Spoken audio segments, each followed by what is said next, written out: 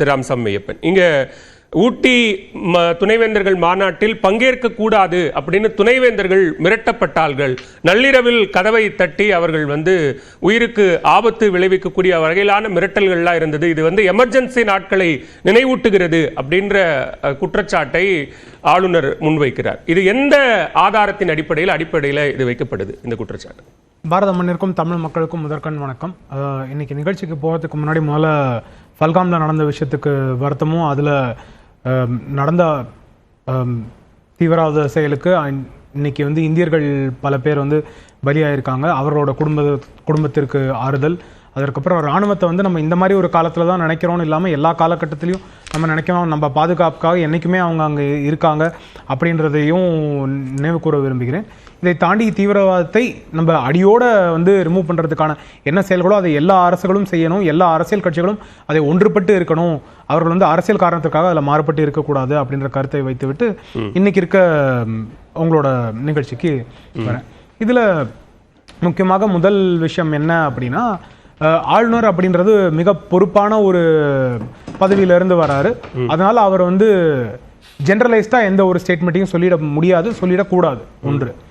இரண்டாவது விஷயம், ஆளுநர் அந்த மாதிரி சொல்றாரு அப்படின்னா அதை டிஸ்ப்ரூவ் பண்றது ரொம்ப ஈஸியான விஷயம். ஒன்றும் இல்லை, இந்த துணைவேந்தர்கள் எல்லாருக்குமே இன்விடேஷன் போயிருக்கு, அவர்கள் அங்க டிராவல் பண்ணியிருக்காங்க சிலர் அப்படின்னு அவர் சொல்றாரு. அவங்க டிராவல் பண்ணியிருக்காங்களா இல்லையா அப்படின்றது ஆதாரப்பூர்வமா சொல்ல முடியும். ஒன்று.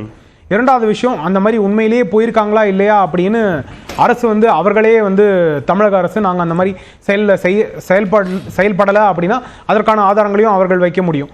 அது ரொம்ப எளிதான விஷயம். பண்ணணுங்கிறீங்களா? அது டிஸ்ப்ரூவ் பண்ண வேண்டியது யாருடைய பொறுப்பு? அதை டிஸ்ப்ரூவ் பண்ண வேண்டியது அரசோட கடமை. அதை ப்ரூவ் பண்ண வேண்டியது ஆளுநர். சொன்னது ஆளுநர், அதை டிஸ்ப்ரூவ் பண்ண வேண்டியது ஏன் அரசினுடைய கடமை? அரசு எந்த இடத்துலயாவது அதிகாரப்பூர்வமா துணைவேந்தர்கள் இந்த மாநாட்டில் கலந்து கொள்ள கூடாது அப்படின்னு எங்கேயாவது சொன்னாங்க? அதனாலதான் ஆளுநர் அதிகாரப்பூர்வமா அவர்கள் சொல்லல, அவங்க மிரட்டினாங்க அப்படின்னு சொல்றாரு. மிரட்டினதுக்கான ஆதாரம் வேணும். மன்னிக்கணும், நான் ரெண்டு பேருக்குமே அதற்கான டியூட்டி இருக்கு அப்படின்னு சொல்லி தான் நான் ஆரம்பிச்சேன். சோ நான் ஏன் இவங்க ஈஸியா ப்ரூவ் பண்ண முடியும் அப்படின்ற காரணத்தை நான் சொல்றேன். இல்ல, ஆளுநர் மாளிகை வெளியிட்ட அறிக்கையில உயர்கல்வித்துறை அமைச்சர் பெயரால் காவல்துறையினர் மிரட்டி இருக்கிறார்கள் அப்படின்னு சொல்றாரு. அப்ப உயர்கல்வித்துறை அமைச்சரை ஆளுநர் குற்றம் சாட்டுகிறார். அதை அப்ப டிஸ்ப்ரூவ் பண்ண வேண்டியது யாரு? ஆளுநர் தானே குற்றம் சாட்டுறாரு. சோ burden of evidence அப்படின்னு ஆதாரம் கொடுக்கணும் இல்லையா? burden of evidence அப்படின்னு ஒரு கான்செப்ட் இருக்கு. அப்ப அந்த ஆதாரம் யார்கிட்ட இருந்து ஈஸியா கொண்டு வர முடியும் அப்படின்றது அந்த burden of evidence. அப்போ இங்க ஈஸியா டிஸ்ப்ரூவ் பண்ணக்கூடியது அரசு. ஏன்னா அவர்கள் எந்த ஒரு ஆர்டரும் இஷ்யூ பண்ணல. ஈஸியா குற்றம் சாட்டுறது ஈஸியா பண்ண முடியுது, ஆனா டிஸ்ப்ரூவ் பண்ண வேண்டியது ஈஸியா அரசாங்கம் பண்ணணும்னு ஏன் சார் சொல்லணும்? குற்றம் சாட்டினது ஆளுநர் தானே சார். burden of proof ஈஸியா யாரு கொடுக்க முடியும் அப்படிங்கிறது இல்ல. பேர்டன் ஆஃப் எவிடன்ஸ் ஓகே, அது நான் மேபன் சொல்ற கருத்தை ஏத்துக்கிறேன். ஆனா burden of proof much more important இல்லையா? பேர்டன் ஆஃப் ப்ரூஃப் கவர்னர் பேர்ல தானே இருக்கு. முடிச்சிட்டோம்.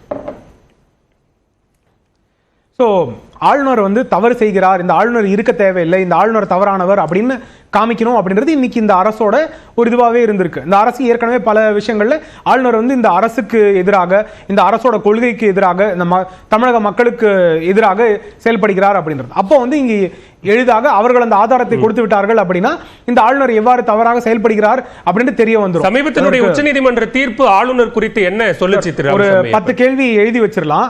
நான் ஒரு சென்டென்ஸ் கம்ப்ளீட் அப்படி நீங்க மட்டுமே பேசிட்டே இருக்க முடியாது. நான் கேள்வி உள்வாங்கிட்டு நீங்க பேச முடியாது. நீங்க மட்டுமே பேச முடியாது. இல்ல லாஸ்ட் இல்ல நீங்க மட்டுமே பேச முடியாது. ஒரே ஒரு சொன்னேன், லாஸ்ட் 3 மினிட்ஸ் ரீப்ளே பண்ணிரலாம். நான் ஒரு சென்டென்ஸ் கம்ப்ளீட் பண்ணிருக்கேனா பாத்துறலாம். நீங்க பேசினதுக்கு அப்புறம் தான் நான் என்னுடைய துணை கேள்வியை கேக்குறேன். இல்ல நான் ஒரு சென்டென்ஸ், நான் burden of evidenceல இருந்தே நான் இன்னும் வரல. burden of evidence அப்புறம் நான் என்ன சென்டென்ஸ் சொன்னேன்னு சொல்லுங்க. சரி சொல்லுங்க. இல்ல மன்னிக்கணும், நீங்க சொல்லுங்க. மன்னிக்கணும். இல்ல சாரிங்க, நீங்க என்ன மதித்து கூப்பிட்டு. சரி, இப்ப நான் என்ன பண்ணனும்னு நீங்க நினைக்கிறீங்க? நான் எதுமே நீங்க மட்டுமே பேசிட்டு இருக்கணும், நான் உட்கார்ந்து கேட்கணும் நீங்க எதிர்பார்க்கறீங்களா? நான் ஒரு சென்டென்ஸை முடிக்கிறேன், அதுக்கு அப்புறமா நீங்க சொல்லுங்க. கம்ப்ளீட். ஒரு கான்செப்ட் கூட ஓகே பேசுங்க. burden of evidence யாருக்கு இருக்கு, burden of proof யாருக்கு இருக்கு அப்படின்னு சொன்னேன். அப்புறம் இந்த அரசோட பொசிஷன் என்ன, ஆளுநர் எப்பவுமே அவங்களுக்கு எதிராக ஒரு செயலை செய்து கொண்டு வருகிறார் அப்படின்ற சொன்னேன். ஒண்ணும் இல்ல, அவங்க என்ன சொல்றாங்க, சிம்பிளா காவல்துறையினர் இந்த மாதிரி செய்தார்கள் அப்படின்னு ஒரு குற்றம் சாட்டுறார். அதுக்கப்புறம் ஹையர் எஜுகேஷன் மினிஸ்டர் செஞ்சாரு அப்படின்னு அவர் சொல்றாரு. அப்ப ரொம்ப ஈஸியா ஒண்ணு நீங்க சொன்னீங்க, ஆர்டரே இல்ல, அந்த மாதிரி ஃபார்மல் கம்யூனிகேஷன் இருக்கா இல்லையா அப்படின்னு. நான் அதுக்கு தான் சொன்னேன் எவிடன்ஸ். அப்ப எத்தனை வைஸ் சான்சலர் டிராவல் பண்ணிருக்காங்க, டிராவல் பண்ணல, எத்தனை வைஸ் சான்சலர்ஸ் அப்ப போகல அப்படின்ற போது மொத்தமாகவே ஸ்டேட் வைஸ் சான்சலர் யாருமே போல. அப்ப மொத்தமா அவங்க ஒரு ஸ்டேட்மெண்டா கூட கொடுத்துடலாம். அப்ப ஸ்டேட்மெண்டா நாங்க வந்து இந்த காரணத்துக்கா போல, அவங்க வந்து ஆளுநர் செய்த செயல் எங்களுக்கு சரியில்லை, ஆளுநருக்கு இன்னைக்கு பவர்ஸ் இல்ல, அதனால நாங்க போலன்னு கூட அவங்க சொல்லலாம். பல காரணங்கள் இருக்கு. ஒண்ணும் இல்ல, அது கூட தேவையில்லை. ரொம்ப சிம்பிளிஸ்டிக்கான விஷயம். இன்னைக்கு ஸ்டேட் ஃபண்ட்ஸ் வந்து ரிலை பண்ணி இருக்காங்க. எல்லாமே ஸ்டேட் யூனிவர்சிட்டிஸ், ஸ்டேட்டோட கிராண்ட் இருக்கு. அப்ப அவங்க யாரை ரிலை பண்ணி இருக்காங்களோ அவங்களோட ரிலையன்ஸ்க்கு ஏத்த மாதிரி அவங்க பெர்ஃபார்ம் பண்ண போறாங்க. அந்த மாதிரி காரணங்கள் அவங்க சொன்னாங்க அப்படின்னா அந்த burden of proof அங்க போயிடுது. அப்ப முதல்ல நீங்க அரசுதான் முதல்ல டிஸ்ப்ரூவ் பண்ணணும்னு சொன்னீங்க. இப்போ துணைவேந்தர்கள் சொல்லலாம், சொல்லி இருக்கணும் அப்படிங்கிற இடத்துக்கு வரீங்க. யாரு சொல்லணும்? அது துணைவேந்தர்கள் வந்து அரசே வந்து ஒண்ணும் இல்லைங்க, அரசே வந்து இந்த கேள்வி கேட்டா துணைவேந்தர்கள் சொல்ல போறாங்க. ஏன்னா அவங்க யாரோட இன்ஸ்டிடியூஷன்ல இன்னைக்கு வேலை பார்த்துட்டு இருக்காங்க? ஸ்டேட் இன்ஸ்டிடியூஷன்ஸ்ல வேலை பார்த்துட்டு இருக்காங்க. அப்ப யாரு கேட்ட கேள்விக்கு அவர்கள் பதில் சொல்ல போறாங்க? ஒன்றும் இல்லைங்க, நாளைக்கு இங்கே வந்து நியூஸ் 18ல ஒரு ஈவெண்ட் நடக்குது. அங்கே வந்து ஏதோ ஒரு விஷயம் பற்றி, ஒரு பாசிட்டிவான விஷயத்தை பற்றி கூட நீங்கள் ஒப்பீனியன் கேட்கணும்னு நினைக்கிறீங்க. அப்போ பொறுப்பில் இருக்கிற நீங்கள் ஒருத்தர் கேட்டால் சொல்லுவாங்களா? இல்லை நான் வந்து நியூஸ் 18க்கு சம்மந்தம் இல்லாத நான் ஒரு 3வது ஆள் ஒருத்தர் கேட்டால் சொல்லுவாங்களா? லாஜிக்கல் இது அதானே. அதான் நான் சொன்னேன், burden of proof யாருக்கு. நீங்க லாஜிக்கலா சொல்றேன்னு சொல்றீங்க. இது நள்ளிரவில் கதவை தட்டி மிரட்டப்பட்டார்கள். அவங்க சாதாரண ஆட்கள் இல்ல, துணைவேந்தர்கள், வைஸ் சான்சலர். அவங்க புகார் கொடுத்திருக்கலாமே, இப்படியாக நாங்க மிரட்டப்பட்டோம், இப்படியாக எங்களை நள்ளிரவில் வந்து கதவை தட்டி எங்களை வந்து உயிருக்கு அச்சுறுத்தல் ஏற்படுத்தக்கூடிய வகையில மிரட்டல் இருந்தது அப்படிங்கறத புகாரா பதிவு செய்யறதுல என்ன சிக்கல் இருக்கு? இதுவரையும் அப்படி எந்த ஒரு புகாரும் வரலையே. இல்லங்க, சிக்கலே எதுவும் கிடையாது. சோ அவங்க வந்து எந்த ஸ்டேட் கவர்மெண்டோட இதுல அவங்க வேலை பார்த்துட்டு இருக்காங்க, அங்க வந்து எந்த பொலிட்டிக்கல் பார்ட்டி வந்து பவர்ஃபுல்லா இருக்கு, அவர்களுக்கு அதிகமான பலம் இருக்கிறது, அதிகமான கால் இருக்கு, எலெக்ஷன் மாத்தி எலெக்ஷன் அவங்க ஜெயிக்க முடியுது, அவங்களுக்கு அகைன்ஸ்டா வந்து அவங்க போய் ரொம்ப எளிதாக கம்ப்ளைண்ட் கொடுத்துட முடியும். அந்த கம்ப்ளைண்ட் மேல ஆக்ஷன் எடுத்துருவாங்க. அந்த கம்ப்ளைண்ட் மேல ஆக்ஷன் எடுத்து யாரெல்லாம் தவறு செய்திருக்கிறார்களோ அவர்கள் மீது நடவடிக்கை எடுத்துருவாங்க அப்படின்னு ரொம்ப எளிதான விஷயம். அதனால அந்த வைஸ் சான்சலர்கள் மிக முக்கியமான பொறுப்புல இருக்காங்க. அவங்க ஸ்டூடெண்ட்ஸ்க்கு ஒரு எக்ஸாம்பிள் செட் பண்ணணும் அப்படின்னா, அந்த மாதிரி நடந்திருக்கு அப்படின்னா அவர்கள் வந்து டெஃபினட்டா அந்த கவர்மெண்ட் அதிகாரிகள் மீது அவர்கள் வந்து போய் கம்ப்ளைண்ட் ஃபைல் பண்ணணும். இல்ல ஒரு 3வது மனிதனாக இருந்தா கூட அவங்க கம்ப்ளைண்ட் ஃபைல் பண்ணணும். இல்ல அவர்கள் ஆளுநர் தவறு செய்திருக்காரு, போய் சொல்றாருன்னா ஆளுநர் மீது அவர்கள் வந்து வழக்கு பதிவு செய்யணும். ஆளுநர் இந்த மாதிரி எங்களை பத்தி தவறா சொல்றாரு, நாங்க இந்த மாதிரி செய்யல, நாங்க இந்த மாதிரி ஒரு புகார் ஆளுநர்ட்ட கொடுக்கல அப்படின்றதையும் அதே வைஸ் ஆளுநர் மேல வழக்கு பதிவு செய்ய முடியுமா? ஒரு புரிதலுக்காக கேக்குறேன். ஒண்ணும் இல்ல, ஆளுநர் மீது கம்ப்ளைண்ட் கொடுக்கலாம்ல. ஆளுநர் இந்த மாதிரி தவறான ஒரு செய்தியை கொடுக்கிறார், ஆளுநர் சொன்னதுல எந்த ஒரு உண்மை தன்மையும் கிடையாது. புகார் கொடுக்கறதே வழக்கு பதிவு பண்றதுக்காக தானே. வழக்கு பதிவு செய்ய முடியுமா அப்படின்னு கேக்குறேன். சட்டத்துல இடம் இருக்கா அப்படின்ற ஒரு புரிதலுக்காக கேக்குறேன். கம்ப்ளைண்ட் ஸ்டார்டிங் பாயிண்ட், கம்ப்ளைண்ட் வந்தாதான் அதுக்கப்புறம் வழக்கு பதிவு செய்ய முடியும். அந்த வழக்கு பதிவு செய்யறதுக்கு பர்மிஷன் வாங்கலாம். அப்ப கம்ப்ளைண்டே இல்லாம வழக்கு பதிவு செய்ய முடியாது. சோ இங்க கம்ப்ளைண்டே கொடுக்க மாட்டாங்க அப்படின்னா அந்த மாதிரி ஒரு நிகழ்ச்சியே நடக்கலையா, இல்ல அவர்கள் போய் சொல்கிறார்களா அப்படின்னு தெரிய வரும். கம்ப்ளைண்ட் கொடுத்தாதான் வழக்கு பதிவு செய்யறதுக்கு போகும். நீங்க மாநில பல்கலைக்கழகங்கள் அரசனுடைய கட்டுப்பாட்டில் இருக்கு, துணைவேந்தர்கள் மிரட்டப்பட்டார்கள் அப்படின்னு ஒரு புகார் சொல்லப்படுது. திரு ஷியாம் அவர்கள் ஒரு கேள்வி எழுப்பினார். சரி, அப்படின்னா மத்திய பல்கலைக்கழகங்களுடைய துணைவேந்தர்கள் கூட இந்த மாநாட்டில் பங்கேற்கலையே, அவர்கள் மிரட்டப்பட்டார்களா இல்ல சட்டத்திற்கு உட்பட்டு அவர்கள் வராம இருந்தாங்களா? என்ன காரணம், ஏன் வரல, அவங்க ஏன் பங்கேற்கல? நான் முன்னாடியே சொன்னேன், அந்தந்த துணைவேந்தர்கள் சொல்லணும். ஆளுநர் வந்து வெறும் ஸ்டேட் யூனிவர்சிட்டிஸ்ல இருக்க வைஸ் சான்சலர் மட்டும் தான் சொல்லியிருக்காரு, மத்தவங்கள சொல்லல. சோ அந்த மாதிரி காரணங்கள் இருந்தா அவர்களோட காரணம் என்னன்னு சொல்லட்டும். எனக்கு சிம்பிள் லாஜிக் இவ்வளவுதாங்க. அவர் வந்து சான்சலரா இருக்காரு, இன்னைக்கு அவருக்கு அதுக்கான இன்னைக்கு இந்த மாதிரி ஒரு கான்ஃபரன்ஸ் நடத்துறதுக்கான பவர் இருக்கா இல்லையானா பவர் இருக்கு. அவர் கூப்பிடலாம் இந்த மாதிரி ஒரு கான்ஃபரன்ஸ். சரி, அப்படி அவருக்கு பவரே இல்லைன்னா கூட வச்சுக்கோங்க, ஒரு நியூட்ரலான ஒரு 3வது மனிதன் ஒருத்தர் வந்து தனியாக ஒரு கான்ஃபரன்ஸ் நடத்துறாரு, வைஸ் சான்சலர் இன்வைட் பண்றாரு. என்ன இன்டென்ஷன்? அந்த வைஸ் சான்சலர்ஸ் எல்லாம் வந்து கலந்துரையாடுவாங்க. அப்ப வந்து ஜெனரலா குவாலிட்டி ஆஃப் எஜுகேஷன் வந்து இம்ப்ரூவ் ஆகும். சில வைஸ் சான்சலருக்கு நிறைய எக்ஸ்பீரியன்ஸ் இருக்கும், சில வைஸ் சான்சலர் கம்மியா இருக்கும், சில வைஸ் சான்சலர் கிரிட்டிக்கலான சிச்சுவேஷன்ஸ் ஹேண்டில் பண்ணிருப்பாங்க.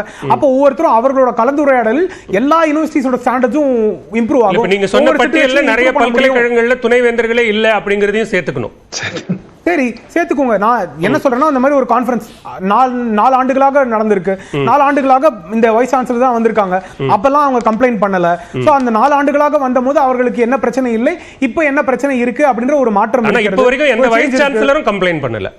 அதாங்க நான் சொல்றது, ஒரு சேஞ்ச் இன் கேரக்டர் தான். ஒண்ணுல ரெகுலரா நான் 3 வருஷத்துக்கு வந்திருக்கேன், 4 வருஷத்துக்கு வந்திருக்கேன், நான் இன்னைக்கு திடீர்னு நான் வரல அப்படின்னா ஒரு சேஞ்ச் இன் கேரக்டர் இருக்கு.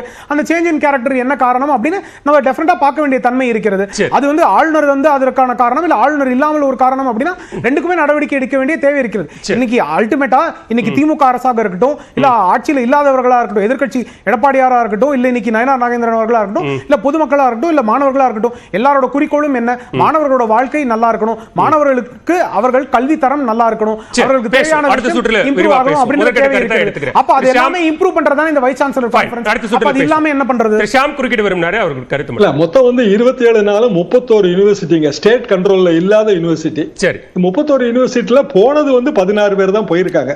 சென்ட்ரல்லயே ஆப்சன்ஸ் இருக்கு, பிரைவேட்லயே ஆப்சன்ஸ் இருக்கு. சரி அப்ப வந்து மிரட்டினாங்கன்னு சொல்றது பொருத்தமா இல்ல. ஆளுநர் வந்து அப்படியான அவர் உரையில அப்படி சொல்லக்கூடாது. சரி. அது போக இந்த கான்ஃபரன்ஸோட நோக்கம் இருக்கு இல்லீங்களா, fostering academic dialogue, innovation, achieve excellence in teaching, இது எல்லாமே வந்து எல்லா யூனிவர்சிட்டி சேர்ந்து செய்யறது தானே. பிரைவேட் யூனிவர்சிட்டி சேர்ந்து செய்யணும் இல்லையா? Okay. இப்ப பிரைவேட்டும் சென்ட்ரலும் ஏன் வரலங்கிற அந்த கேள்விக்கு விடையே வரலையேன்ற.